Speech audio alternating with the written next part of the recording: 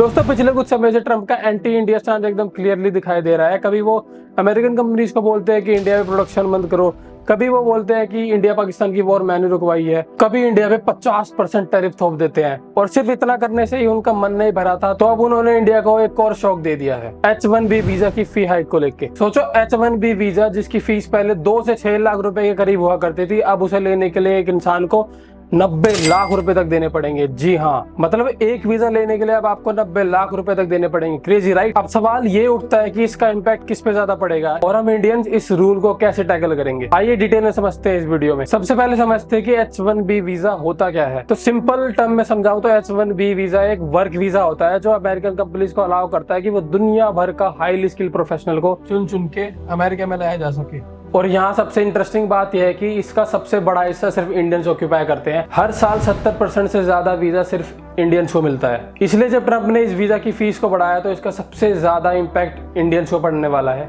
तो अब जानते हैं इसके पीछे के रीजंस को कि ट्रंप ने आखिर इतना ज्यादा फीस हाइक क्यों करा है। तो यूएस गवर्नमेंट का पहला कहना यह है कि कंपनीज इस वीजा का मिसयूज कर रही हैं। वो सिर्फ बाहर से सस्ते वर्कर हायर कर रही हैं, जिसकी वजह से अमेरिकन लोगों को जॉब नहीं मिल पा रही या फिर उनको कम सैलरी पर काम करना पड़ रहा है। और उनका दूसरा पॉइंट ये है कि जब फीस इतनी ज्यादा हो जाएगी तो कंपनी 10 बार सोचेंगी एक एम्प्लॉय को अमेरिका भेजने के लिए, क्योंकि इतना बड़ा इन्वेस्टमेंट एक एम्प्लॉय पे करना बहुत बड़ी बात है। ट्रंप का कहना यह है कि जो फ्रेश अमेरिकन ग्रेजुएट्स हैं उनके लिए अपॉर्चुनिटीज बहुत ही लिमिटेड हो गई, क्योंकि companies easily foreign worker hire कर लेती हैं। और इसके पीछे कहीं ना कहीं कोई पॉलिटिकल रीजन भी जरूर हो सकता है। हम उस एंगल को ठुकरा नहीं सकते, क्योंकि ये डिसीजन तब लिया जा रहा है जब अमेरिका और इंडिया की ट्रेड टॉक्स की बातचीत शुरू होने वाली है। और कहीं ना कहीं अमेरिका चाहता है कि इंडिया बैकफुट पर रहे और अमेरिका अपनी मनमानी कर ले। लेकिन दोस्तों ये जो ट्रंप ने रीजन दिए हैं, ग्राउंड रियलिटी तो कुछ और ही कहती है। असली ग्राउंड रियलिटी तो ये है कि जो भी इंडियन H1B वीजा लेकर अमेरिका जा रहे हैं वो अमेरिकन लोगों से सिर्फ ज्यादा ही नहीं कमा रहे बल्कि डबल सैलरी कमा रहे हैं। 2021 में H1B वर्कर की मीडियन सैलरी $1,08,000 हुआ करती है,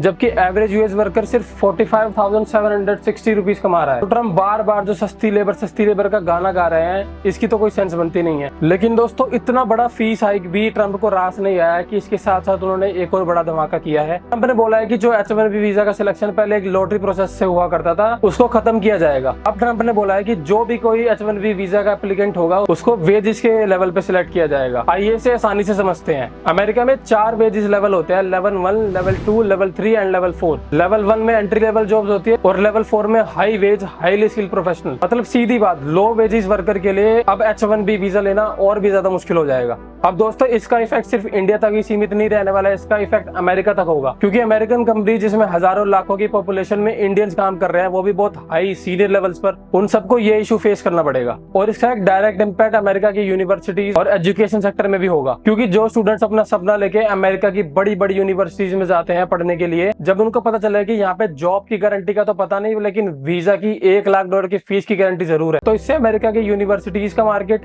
और इकोनॉमी दोनों पे एक ह्यूज इंपैक्ट पड़ सकता है। लेकिन इसकी एक पॉजिटिव साइड भी है। अगर इंडिया का टैलेंट इंडिया में ही रहेगा और इंडिया के स्टार्टअप इकोसिस्टम को बूस्ट करेगा, इंडिया का हाईली स्किल्ड टैलेंट अगर इंडिया में यूटिलाइज होगा तो इंडिया के लिए काफी नई अपॉर्चुनिटीज क्रिएट हो सकती हैं। तो दोस्तों ये स्टोरी थी ट्रंप के नए H1B वीजा रूल की। एक तरफ यूएस कंपनीज को लॉन्ग टर्म लॉस फेस करना पड़ सकता है, और दोस्तों इंडिया को इससे एक बड़ी सीख लेनी चाहिए कि अपनी टैलेंट और वर्कफोर्स को सिर्फ फॉरेन मार्केट पे डिपेंडेंट नहीं रहना चाहिए। और दोस्तों मैं एक और बात कह दूं, ये रूल सिर्फ एक चैलेंज नहीं बल्कि एक वेकअप कॉल है इंडिया के लिए। तो इस बार के लिए इतना ही, मिलते हैं अगली वीडियो में। जय हिंद।